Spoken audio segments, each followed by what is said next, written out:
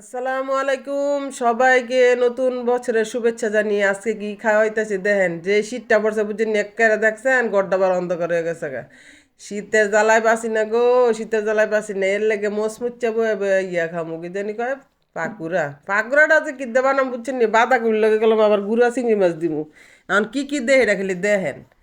পইলে বাঁধাকপিটা চিকুন চিকুন করে কাটবেন, তারপরে করবেন কি লবণ দিয়ে দিবেন, লবণ দিয়ে এটার ইচ্ছা মতন মাখবেন। মাখলে করবো কি যখনকার দেখবেন এটা মানে নরম হয়ে যাবো গা, তখন বাকি জিনিসগুলো দিবেন। শীতের মধ্যে কিন্তু গরম গরম পাকোড়া খাইতে আমার কাছে সেই স্বাদ লাগছে। আপনারাও এভাবে বানায় খাইবেন, তারপর দেখবেন। শীত হইলে তো মানুষে খাওয়ান খায় বুঝেন না, গরমের মধ্যে কি খাওয়ান এত মজা, শীতের মধ্যেই মজা। যত রকমের খাবার দেন। আর আমি পেঁয়াজ কতগুলো কুচি করে লইছি, পেঁয়াজ কুচি, তারপর দিবেন কাঁচামরিচ কুচি দিয়ে দিবেন। আর তো শীতের দিনের দইন্যা পাতা সেই স্বাদ, কি যে একটা মজার কি কইতাম। এরপরে সবটি মিলে আবার মাখবেন, মাইখা তখন আবার নরম করবেন। যত নরম করবেন জিনিসটা ততই সুন্দর সফট হইব, বাঁচতেও ভালো লাগবে। বেশি আবার যদি ইয়া থাকে কি জানি কয়, তাইলে কিন্তু বাঁচতে ভালো লাগতো না, আবার অনেক দেখা যাইব। এই জন্য আপনারা ইয়া করে নেবেন, নরম করে নেবেন জিনিসটারে মাইখা। আর সবাই দোয়া করবেন যাতে 2025 সালটা সবারই ভালো যায়। আর আমরা তো সবাই আশায় বয়ে রয়েছি, ফেসবুক প্ল্যাটফর্মের মালিকের দেখি কি করে, যেহেতু বলছে যে 2025 সালে সবার সেট আপ দেবো, হে আশাই রইলাম আর ভিডিও বানাইতেছি বুঝছেন নি। বাকিটা হলো সব আল্লাহর ইচ্ছা।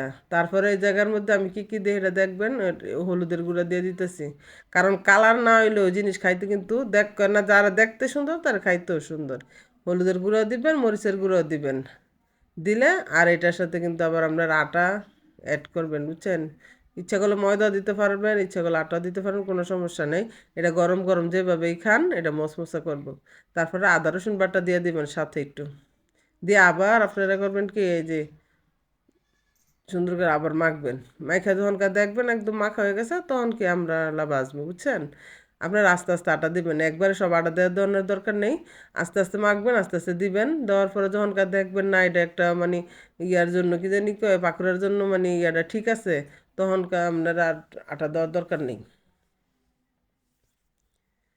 সুন্দর করে মাখা জাখা করে লেন, যাতে কোনো দিক দিয়ে কোনো কিছু না থাকে বুঝছেন। তারপরে এই দেন চিংড়ি মাছগুলো, এটা কিন্তু গুঁড়া গুঁড়া চিংড়ি মাছ, আমি এটা সবগুলো দিয়ে দিলাম সাথে। চিংড়ি মাছটা দেওয়ার কারণে পাকুড়াটা আরও বেশি মজা হয়েছে। আর করে কাঁচামরিচ দিয়ে দিলাম, আমার তো জালটা একটু কম লাগতেছে। কাঁচামরিচ কম হইলে আমার মজা লাগে না বুঝছেন। কাঁচামরিচ হইলে একটু জালটা বেশি লাগে, খাইতে অনেক টেস্ট হয়। যে কোনো জিনিস আপনারা জাল করে বানালে ভালো লাগে বেশি, এই জন্য আমি একটু জালটা একটু বেশি দেই।